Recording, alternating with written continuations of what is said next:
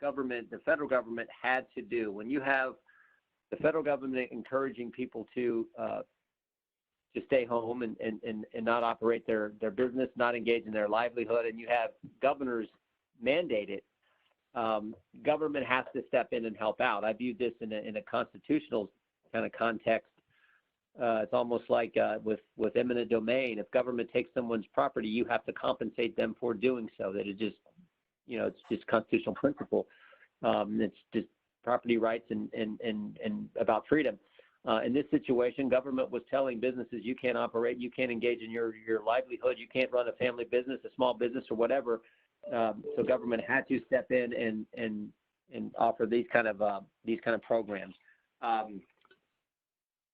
There are concerns, obviously, with this. Where initially it was, as Gary I think alluded to, initially our office was spending every minute of every hour every day helping people navigate the SBA, get answers to questions, work with local lenders to get this up and running. Now the concerns are, as Gary said in his opening remarks, the biggest concern, frankly, we hear from are some businesses who were encouraged to apply for the dollars, receive the dollars, and now there's the question of, do we have to return it because, we could have potentially got financing somewhere else, which wasn't initially conveyed to them, or because they took the money because they were encouraged to do so, but they've been able to operate throughout this time and may not have needed it as bad as other businesses who weren't deemed essential, who were trying to keep people on payroll and follow the rules. But we are working real hard on trying to get a definitive answer to, a clear answer to that question for those type of business owners. As you know, the 7th, they extended the deadline to return money with no penalty to this Thursday. So we are hoping and working hard. Our office is we've talked with SBA, I've talked with Steve Shabbat, who's the top Republican on the Small Business Administration Committee in Congress, and trying to get a clear answer to that question in the next 24, 48 hours. And then obviously want to get a clear answer from the IRS on the tax consequences or tax liability concerns with taking the grant or the loan from the PPP program. I wish I had those definitive answers now. We just don't, but we're continuing to try to get those and get those to our constituents, to business owners, as quick as we can. Finally, just the last thing I would throw in, and then I'll be happy to take questions, Gary, is the Democrats did, in what I think is a partisan fashion, create this select committee on looking at the CARES Act and just the entire federal government's response to the COVID-19 crisis. I think it's purely political what they did. It was a total partisan party line vote. There are already 8 different entities doing oversight, which is something constitutionally we're supposed to do in Congress, oversight of the trillions of dollars being spent and the whole response of our government to the pandemic. But the Democrats felt we needed a 9th, and I think they felt we needed a 9th because they wanted to make this political. They put Congressman Clyburn as the chairman of the committee, and he's Joe Biden's biggest supporter in the United States Congress, and I would argue he's the reason that Biden has secured the nomination in the Democrat Party. So our leadership initially was toying with not even being a part of this, but Leader McCarthy had decided that we would be a part of this. And so I'm now one of the 5 Republicans on that committee. And so we start our first quasi hearing is tomorrow. And so there'll be some activity there in that committee dealing with all these programs and as I said, the entire response. So that's just to give you the other thing the final thing I would mention, I guess, is I'm very frustrated that the Speaker of the House will not call us back to work. We go in every 3 weeks to vote on some big package. The first package, this was understandable, but since then, we should be back working just like the United States Senate is, following the appropriate guidelines, but we should be back there working. Instead, everything's conference call and Zoom call and everything else, but we should be back working. And it's frustrating because I said this the other day on one interview, farmers are planting, truckers are hauling goods, and grocers are stocking shelves, and frontline healthcare workers and law enforcement and everyone else have never missed a day. But somehow the United States Congress can't go back and have committee hearings and do what we're supposed to do. It's just wrong, and we should be back there doing that, and we're going to continue to push for that. With that, I'll yield back to you, Gary, and I'll be happy to entertain a few questions. Okay. We actually have a function where you can raise your hand if you want to do that, and we could recognize you, and you could either start to talk or unmute yourself. But I'll go ahead and start with a question, Congressman, if that's okay, with one you already mentioned about returning money as it relates to having finances somewhere else. Because I know in the early stages that was a concern that was raised, and I listened to many webinars, and in the end that was not a criteria for applying. Even if you had lines of credit, you were eligible for applying for the PPP. So if I heard you correctly, now that's in question. So if you had lines of credit that you hadn't utilized, but you've gotten a PPP, that's a potential requirement for needing to send it back? Gary, we are trying to get an answer to that very question. Okay. And we've been working on that for a week because that's what, that was something that was not conveyed to people initially, but has been since conveyed. And so we're trying to get an answer to that. And like I said, we've been working on it. Okay. We just don't have it yet.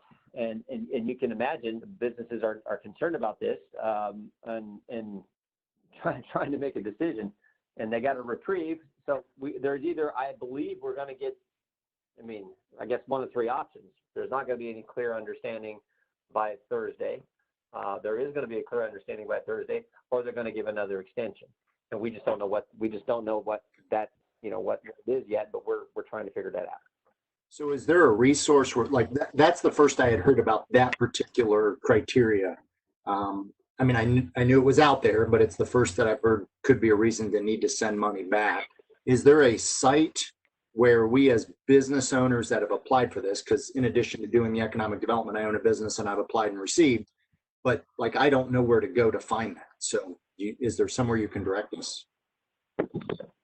To Barbara in our office, and we're working with, I wish there was, you can, we've been trying to get an answer. We've talked with the SBA. We've talked with people in the state in Columbus. We've talked with all kinds of folks, and we continue to work on it.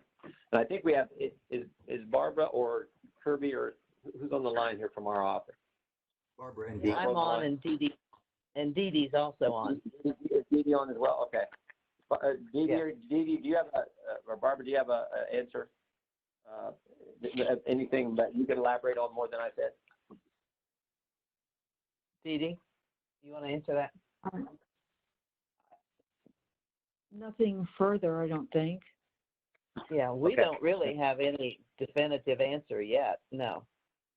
Yeah, that was kind of my concern. So another criteria that from the very beginning was back and forth. I have two different documents, one dated the 14th, one the 15th, that said completely 180-degree different things, even about the definition of payroll costs, where federal withholding, FICA, Medicare were not included, and then they were included. So I know that's another one that I hope you've got your finger on. And then the third thing I heard on this call last week was the taxability of this money. It was not supposed to be taxable, but now it sounds like they're saying it's not taxable, but the expenses used from these proceeds are non-deductible, which in effect makes it taxable. So that's a third concern I had. Yeah, and Gary, we're trying to get answers to. We want to get a clear, definitive. Our goal is a clear, definitive answer to all three of those questions. And as you would expect, we have, lots of businesses who are raising the same exact question. When this thing, because they stood this up so quickly, and plus it's government and bureaucracy, it never goes as smooth as you would like. But the basic outlines were you've been impacted by, you attest to the fact that you've been impacted by the coronavirus, your business. You're going to use the money you receive to keep 75% of the majority of your people on, employees on payroll, and you're going to use it for rent and the benefits for those certain things you could use it for. And people did that, and now these further questions come up. So that's been the problem, and as we said a few times now, we're trying to get the answers. Okay. Well, Barbara and Dee Dee, if as those answers come, they'll come through you guys first. If you want to send those to me, and then I can get those out to Miranda at the Galleon Crestline Chamber and Jesse at the Bucyrus Chamber, and then the three organizations can get that out to our businesses probably most effectively. And we know who's on the call here, I believe. So we can be that local resource. Yeah, Gary, Dee Dee and I will get on that. I've got a resource to call, and she and I'll get on it, and then we'll maybe meet with you or something like that, as long as you stay 6 feet away. We can do that. I think Miranda and Jesse would agree to it. Okay. All right. We'll get on. We'll get back to you probably Wednesday or tomorrow or Thursday. Okay. Are there any other big, I mean, we just hit on 2 or 3 of the big topics. Are there other ones that I wouldn't even know about? Because I'm kind of hearing about these third hand. Are there any others that you can think of that haven't been mentioned? No, those Gary, those were the big ones that we're hearing about and we're working on. The only other sort of news is the Democrats are going to pass, it looks like on Friday, another big spending package. This one, unlike the other two, will be completely partisan, no input from Republicans, and I haven't even seen it, but it was just announced that she's calling us back in for a vote on Friday morning, and so when we get more information on that, we'll pass it along. But it's not something I'm gonna support. It's basically just purely partisan and kind of a messaging bill that they're giving dollars to many of their favorite constituencies around the country. Are there any questions from any of the attendees for the Congressman? Congressman, hey, this is Jeff Reeser. How are you? Hey, Mayor, how are you doing? I'm doing good. I read over the weekend, I mean, Gary, maybe you know the answer too. There's still, of the second package for the PPP, there's still money left. Is that true? I believe that's accurate. I heard yesterday, in light of this concern that businesses have on whether they can keep the dollars or be penalized for, keep the dollars if that they received earlier because they've been able to operate and maybe they haven't seen haven't had to furlough any of their employees, but they're still concerned about consequences as a result of this virus. That over the past weekend there were actually more people returning money than there were new people signing up. Now, how many dollars are in the fund? I don't have that number available. How much money is still in the fund? I just don't know that at this point. So if someone still but wants, I thought it was interesting that more are returning than are actually signing up at this point. Yeah. But I did read where the average award is much smaller this time around because the big guys got in there and got theirs first and kind of crowded everybody out. And so would it be safe to say that if someone still wants to apply for it, they could do that? Yes. Oh yeah. Okay. Good deal. I know. I ask a question based on Jeff's and your response that people are returning. I'm a little confused by that because, like in my personal application of the money, I'm using it for payroll where I would have laid people off, but I didn't. So to me, that determines that I needed it because otherwise I would have laid off, tapped into my state unemployment, which sounds like now our state may be borrowing from the federal. And I remember in 2008 when this same situation happened where for the next 3 years, kind of the aftermath was I was helping the state repay the federal government. And it cost me as a business owner, in the likelihood of $10,000 to $12,000 extra. So I have those memories that to me, even though I feel like, yeah, maybe I could return some, it's like, well, no, I can't because otherwise I wouldn't have had these expenses otherwise that I I have. So I'm confused by that returning. Yeah. No, I think because the communication that was sent out by the Treasury Secretary, some individuals around the country were scared. Some of them probably, frankly, didn't need the money. A different situation than you described for your business, Gary. Probably didn't need the money, but you know how quickly this was going, and they were working with their bank and they were applying it, and it was like, we're getting the money out the door because everyone was so concerned about the impact to families and small businesses, to our economy. Now, obviously, our economy is taking a big hit anyway, but less of a hit because of this program. So that was the motivation behind it. And now with the communication that was sent out 2 weeks ago by the Treasury Secretary, what got people concerned. So some folks are, in fact, returning the dollars. I mean, and then you've heard of some of the big people. You know, you had the Harvard return money. Now, this is a different program, but in this program, you had Ruth's Chris Steakhouse. You had Paycheck. You had some of these entities return the dollars who had initially received it. But everybody I talked to is grateful for it. They think it's a great program. I'm speaking for Sandusky Avenue and around Bucyrus. It's it's a godsend for us, and I know Gary would echo that too for his business and throughout the county. But it's going to make a huge difference keeping a lot of people in business. I can tell from personal experiences. I'll echo what Gary said. It made all the difference in the world for us. So we thank you. And just establishing a confidence in an uncertain time. I mean, and for most businesses, the business cycle, like, I'm really not sure how this is going to impact my business because my showroom's been closed for 2 months. Fortunately, we've been around for 44 years, so we get people that just call our cell phones. But the reality is it's probably going to be late July, August before I know the impact of what's happening in April and May. And to be able to have to return now and not be able to even get to the end of the 8-week period, that's real concern, I think. Yeah, sure.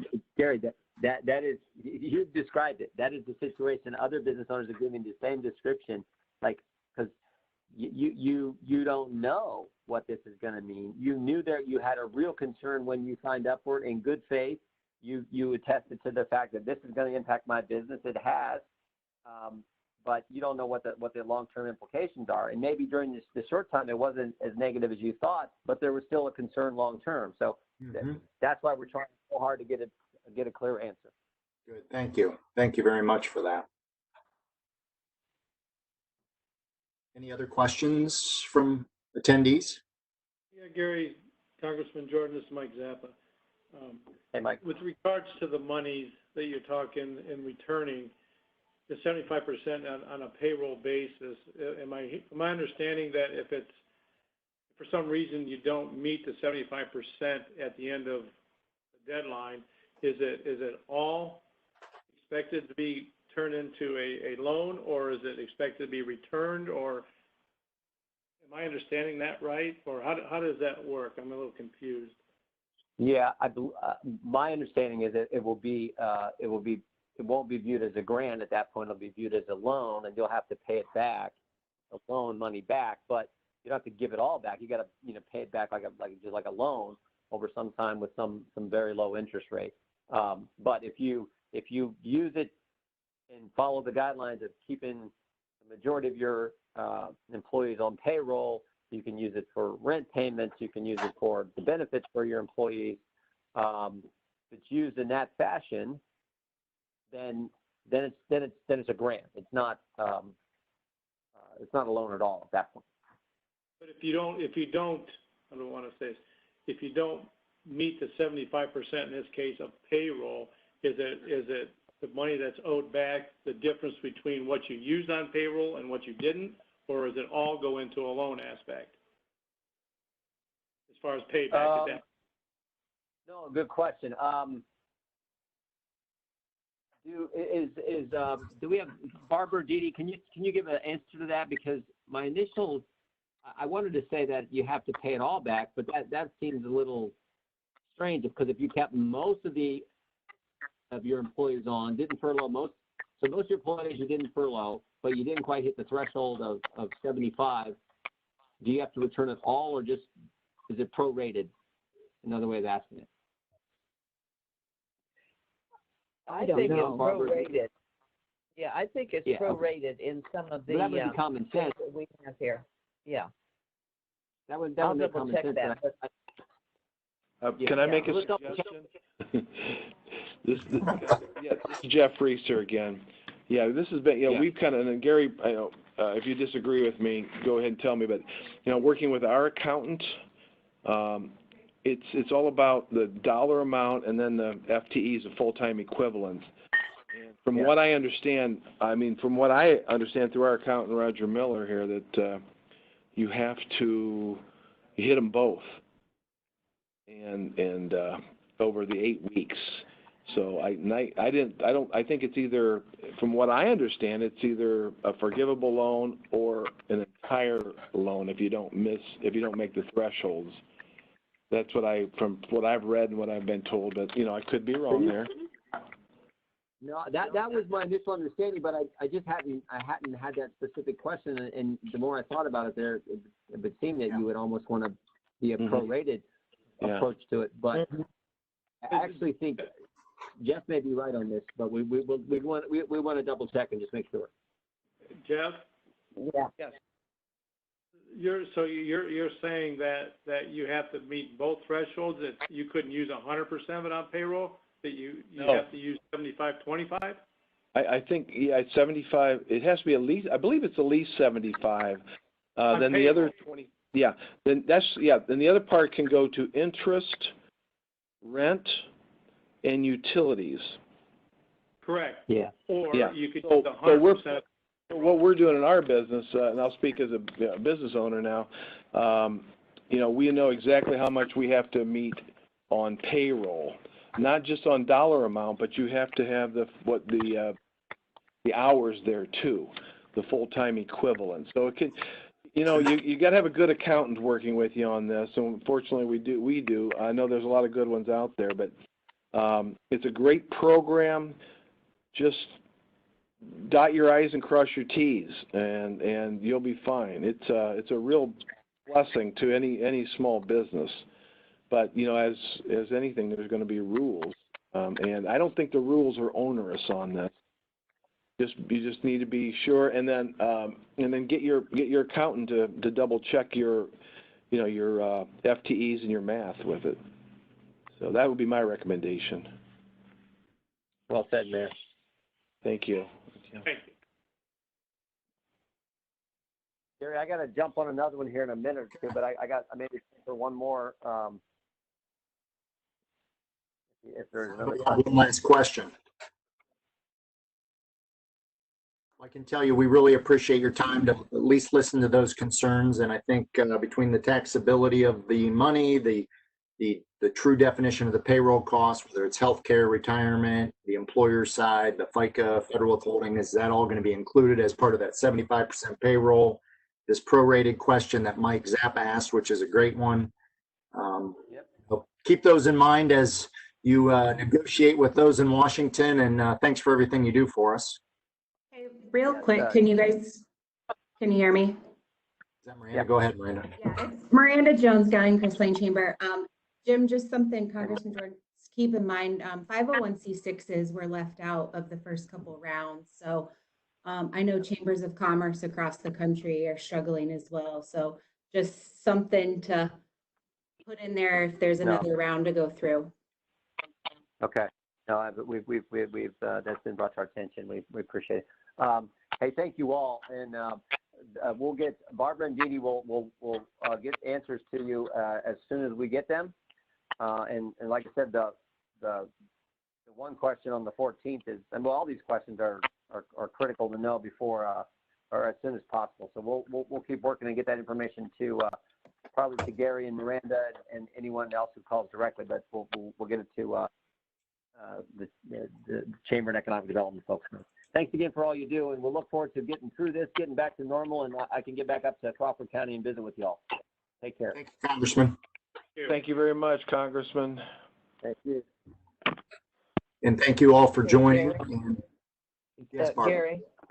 Gary, Dee Dee and I will get together. I've written down all these questions, and we'll get together, like I say, before the end of the week and see if we can find answers, and if we can't, to tell you that we don't have the answers yet. Okay. So we'll do that. Thank you very much, everyone, for attending, and hopefully some of that discussion everyone found beneficial. It was Thanks, great, Gary. Thank you. All right. Everyone have a great day.